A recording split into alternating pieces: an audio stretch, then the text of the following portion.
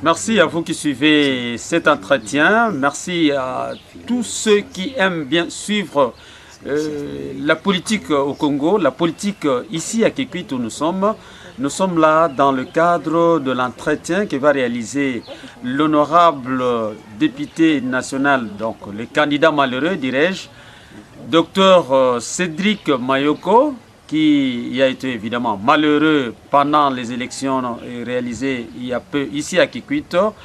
Il reçoit ici la presse locale dans le cadre de la situation politique en général dans le pays et en particulier ici à Kikwit où plusieurs situations ont été non connues par la population. Il faut éclairer la lanterne sur ce qui s'est passé ici dans la ville et c'est pour cette raison que l'honorable Cédric Mayoko va recevoir la presse. Soyez attentifs et suivez qu'est-ce qui va se passer. Merci et à tout à l'heure. Merci.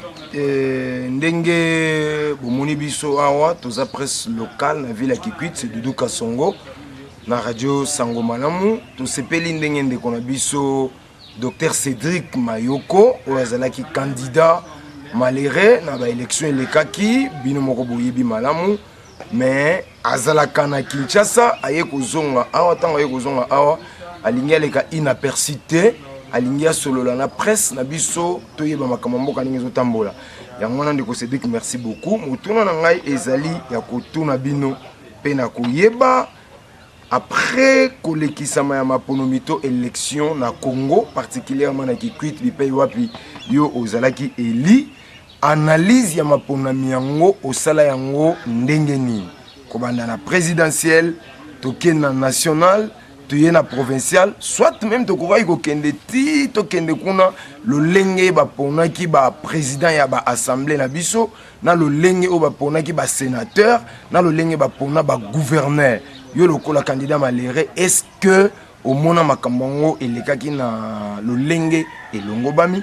Doudou Kasongo, radio Sango Malamu Kikwit. Merci beaucoup Mbuta Doudou na pila ndenge boyambinga lisusu awa parce que ça fait un peu baine nazaki pendant ba élection et puis nande nazongaki bon na ba question oyo posé ngai pour nous relever que comment est-ce qu'on a trouvé qui va résultat par rapport à la présidence, résultat à la présidence dans mon avis normal, Fachi avait mérité parce que on ne pouvait pas seulement router la pour la province Moko, tout ça la province est belée, peut-être on a vu la Kikwit to pencher qui beaucoup plus qu'à pour la province il y a Kikwit, il y a Kwilu et puis précisément la Kikwit c'est par là que biso to bando mo neti c'était les autres. Mais dans la province Msoussoupé, tu peux baser à Ebélé ou voter qui peut Fachi et à la fin Cour constitution a tranché qui et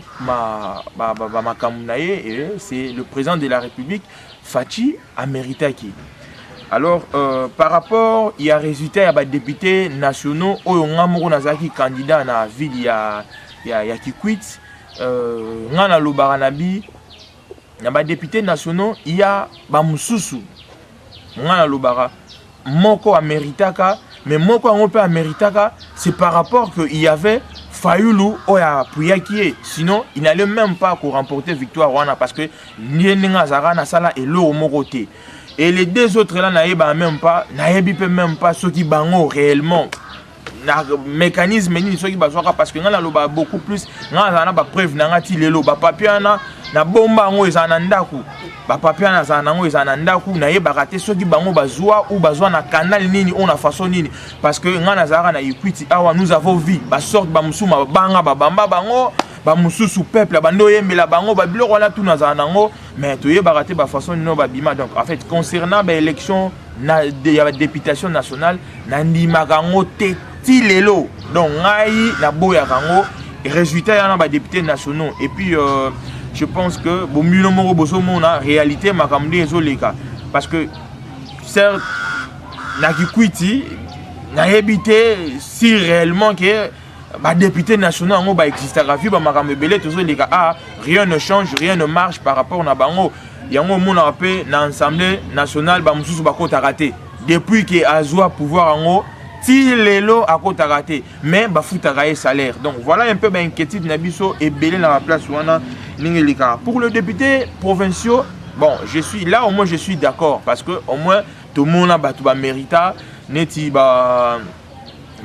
honorable Pierre-Aimé Foumouma ko mérita, mitete mérita et Paulin tout presque mérita là pour le provinciaux là il y a pas un problème mérita au ngana zoloba ceux qui bokiti même sur terrain je pense que bana kikwiti baza mieux placé il y a témoigner. Voilà un peu par rapport il y a question au Mbuta Doudou opposé ngai si je pouvais peut-être vous répondre un peu na place wana. Docteur Cédric Moukila Tozanango ezali oyakoyeba analyse nini okoki kosala par rapport à président de la République face à mboka na biso Kikwiti. Merci beaucoup maman Chantal la question na yo. Par rapport il y a président de la République Fachi.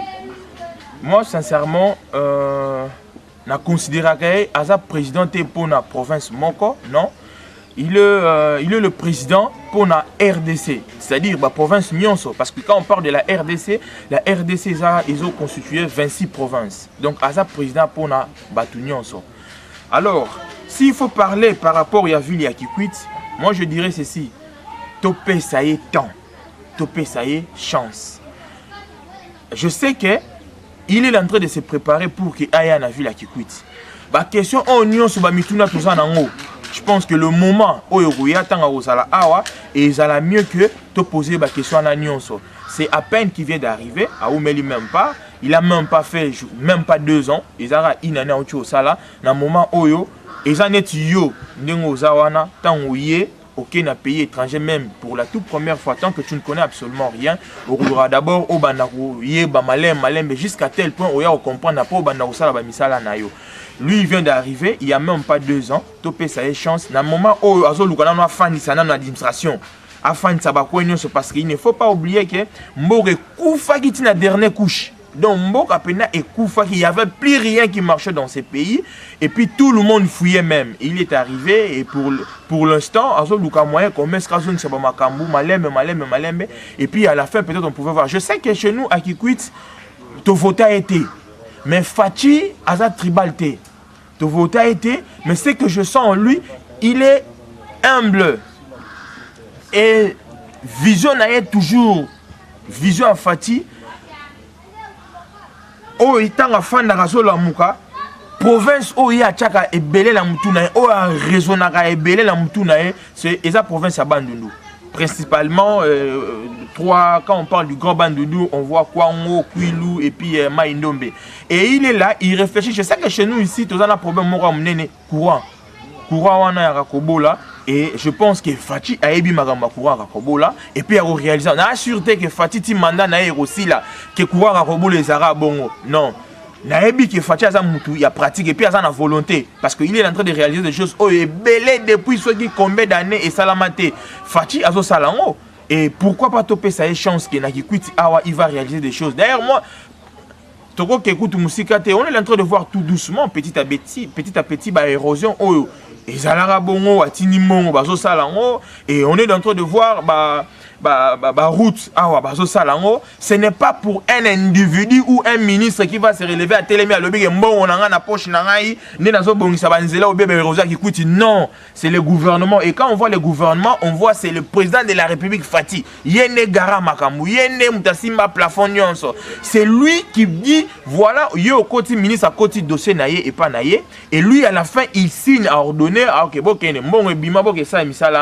Donc je pense que oh déjà Mike Salama pour la ville à Kikwit c'est Yende Fatia Salango et à la longue malembe on comprend qu'il va encore réaliser plus. Donc topé ça y est temps tous à la té kolongo la net espoir moko boy que non il est le président pour la province Msusu et non pour la province Yakou le président ville à Kikwit. Non je sais que Fati va réaliser pas mal azana ba projet belé pour la ville à Kikwit et puis na poana tous à la ouvert tous à la mitema ya kokangamate surtout ba politicien na biso awa ya Kwilu ya Bandundu o bazana mitema moko ya jalousie mitema haine o basala la politique ya intérêt privé qui baza wana pona ko intoxiquer ba jeune ko intoxiquer ko sa population ya ville ya Kikwiti pour que population baina le président Félix Antoine Tshisekedi. Donc voilà ce que je ndeko Docteur Cédric Mayoko, qui est candidat à la députation nationale maléré. Oyoko zongela olobi makambo ya Grand Bandundu. Toyebi que le Grand Bandundu a connu tikoyeba na ba leader baza ebele na kati ya Bandundu. Mais pour le nini le Grand Bandundu évolution ezate, changement ezate. Yo ndenge ni nozozwa pas toujours compter par exemple ba grand leader à Grand Bandundu, tozui Mozito, tozui ya wana nyonso mais Bandundu échange kate. Yo ozozwa ngondenge. Merci beaucoup Mbuta Oscar. Na question oyo opposé ngai. Bon. Question opposé ngai et eza question moko deux fois et ça la biso passi surtout biso ba jeune o toyé à Sika. La question n'a opposé ici, il faut savoir que na Bandundu, en fait, na Bandundu, tout ça, na leader et mais Bandundu ne progresse pas. Moi, je dirais ceci.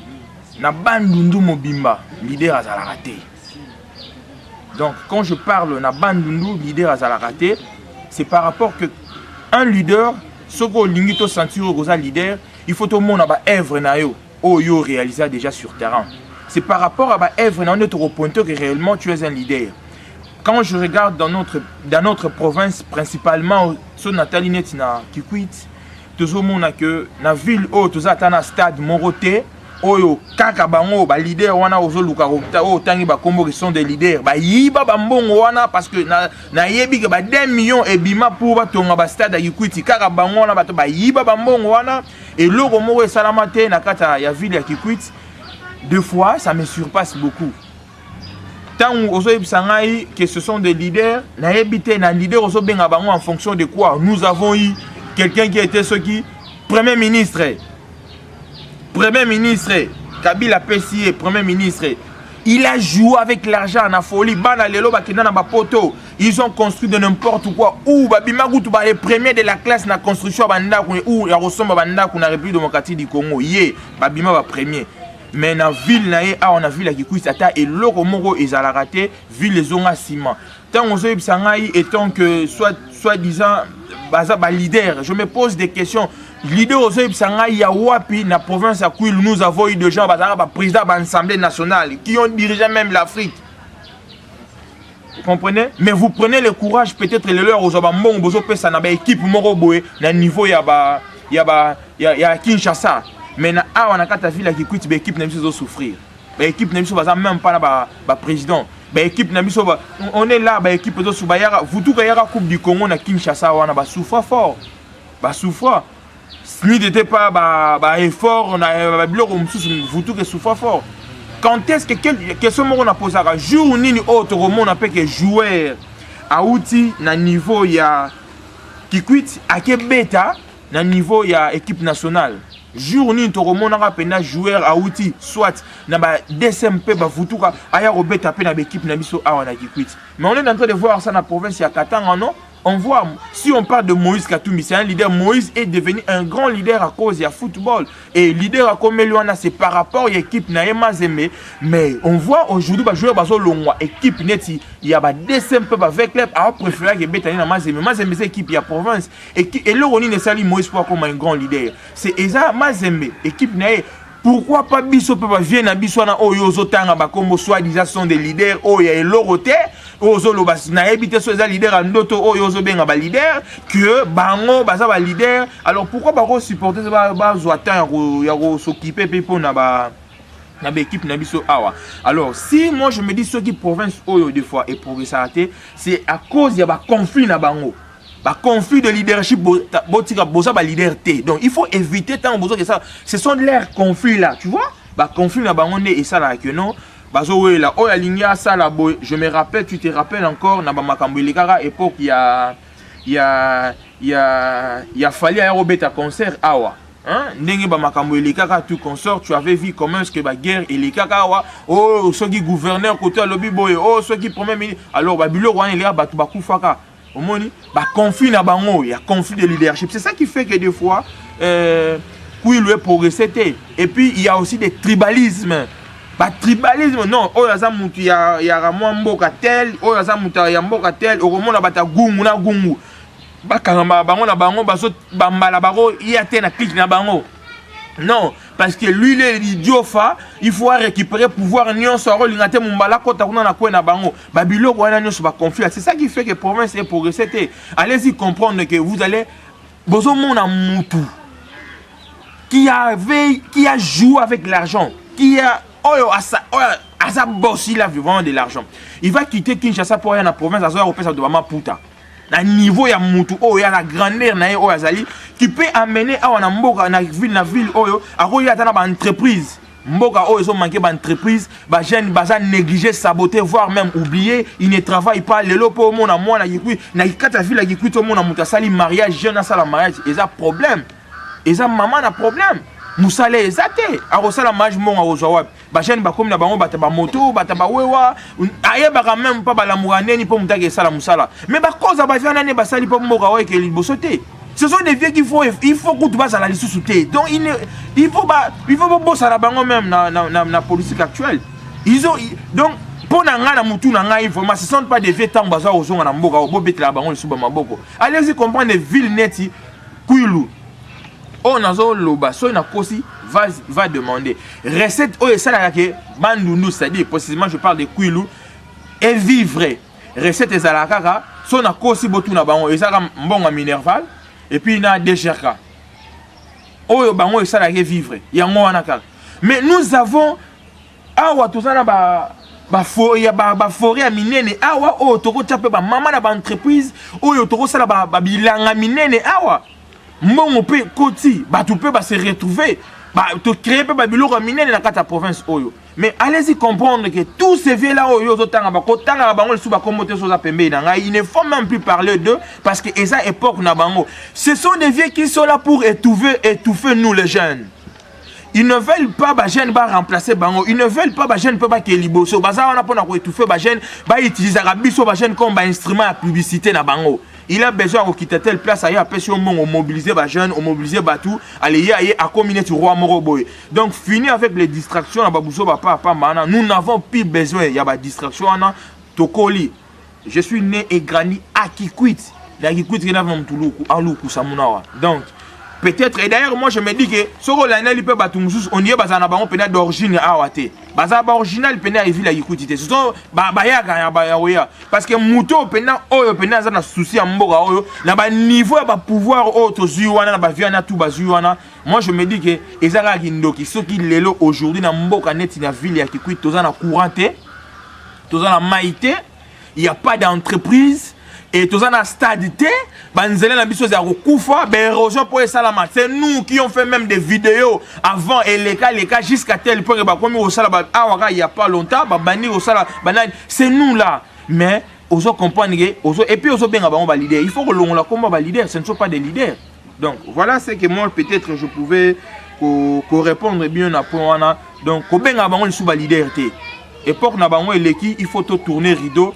Topé sa chance na batasika oh baye total la batum susu oh toujours monde ya sika baye pe na monde ya politique ya sika net peut-être s'il ne faut pas autant à bakombo mais moi je me dis qu'on peut citer aussi les noms na batasika oh baye net Ebéran le professeur Ebéran directeur cabinet adjoint chef de l'état ça va vieux au pays ya bandundu ya kuilu oh baye ya sika topé ça peut-être va vieux na ba chance parce que bango comme baye ya sika il pouvait avoir comme moi idée souci mais s'il faut penser na ba vieux na kala ce sont des millionnaires ils ont beaucoup d'argent qu'ils ont pris talaka banozo ba décision pour nambo ceux qui osa chef kuna yo na ndaku na yo tu n'es pas mon chef moi osa chef na ngai te ceux qui ngai yo osa chef kuna ceux qui je peux dire que zala chef na ndaku na yo osa chef na biso te non yo osa na ba décision na yo biso pe to na ba décision na biso et yo ezaki ya kala o ya biso pe botiki la biso pe temps to sala pe makam na biso donc voilà ce que je peux répondre na point wana.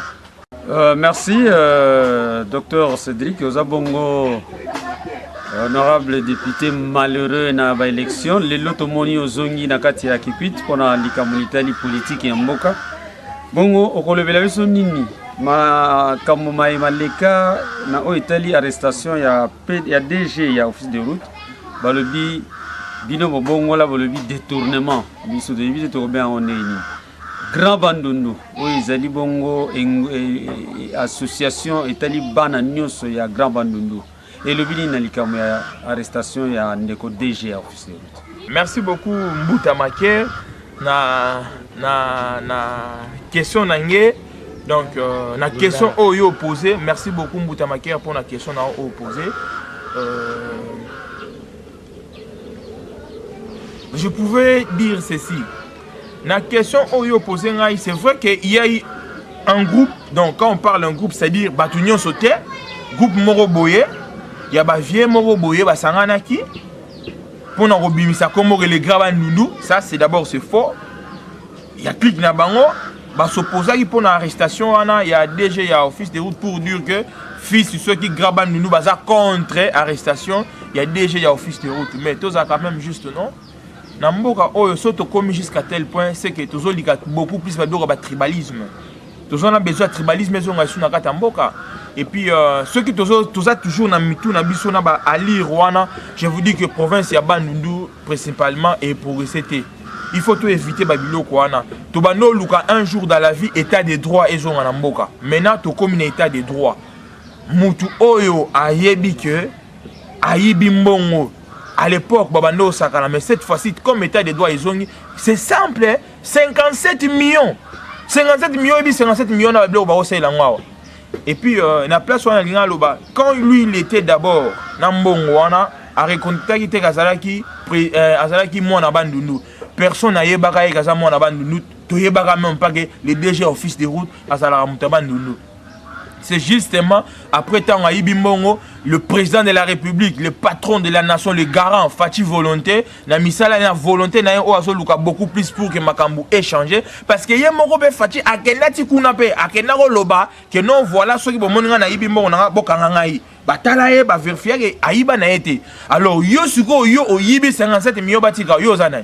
Après à la fin, ce sont des clics moro boya bataban nundu babimi balobi que non voilà bison ndenge tout ça boyer tout ça contre arrestation ana non ça c'est faux et archi faux tout singa que trois état de droit bakangiye abimisa mbongo wana eza intérêt na biso nyonso parce que ndenge tout ça peut awana kikwit nous avons aussi bandeko baza na Kinshasa et puis Kinshasa eza tekaka ya batu wana eza mboka vie capitale na biso nyonso donc il faut zoingisa mbongo basoto mutu wana oya yibaki mbongo wana yeko servir na makambu ebele pour na mboka na biso ce n'est pas pour toi seulement non et loko wana il faut to luka moyen to longolango ko intoxiquer ko kotsa batu principalement à Bataban, nous babilo qu'on a mis tout pour que le président de la République, ce n'est pas bien. C'est notre président, Aza Congolais, topé ça y est chance, tout encourager, tout invité Ayana Kikwit, tout invité, tout Yambaye, c'est notre frère.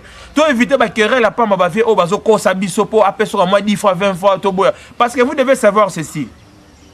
Ceux qui t'osent mailler l'été, ceux qui t'osent ça de l'orgueil, Batouana Bakenara Poto, Batouana osomona ba potia bana na bango bazana ba poto et il vit mieux ne bazana ba compte bancaire a minene bazo kosa biso to inaye président de la République pour que lobito sambwa ceux qui lelo Fati apesi mukongo alobi bandunu na occuper bango te parce que balinganga te yebisa ngai vous allez faire quoi na 18 ans de pouvoir ah to sali eloro te 18 ans ah te eloro rien ne change courir ça la raté mais ça les a raté et maintenant lui il arrive peut-être à Robert a 20 ans de pouvoir. Sugo, Nyon Soana, Bandounou Moukongo, Yebisanga Sugo, qu'est-ce que vous allez faire? Il faut avoir quand même une stratégie, Moussoussou. To éviter la guerre, vieux wana, créer les bisous, to éviter en haut, to luka, tout ça la politique autrement. Quand je parle de ceci, ça va venir la bisou.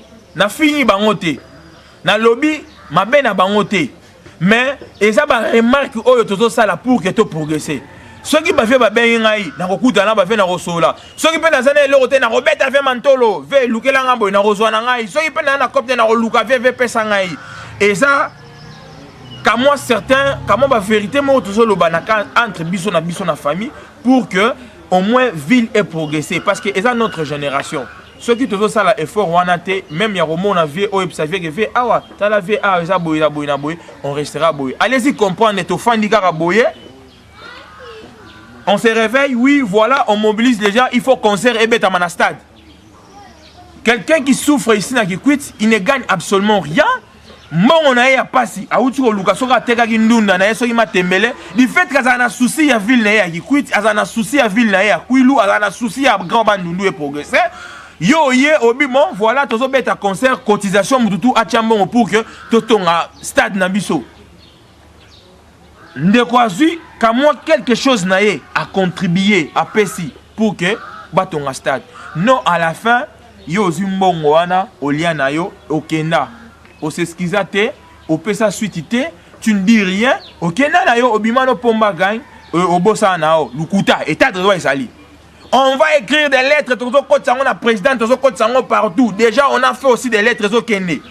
Torolanda, état de droit esali, il faut zone sambongwana. La jeunesse cette fois-ci est changée.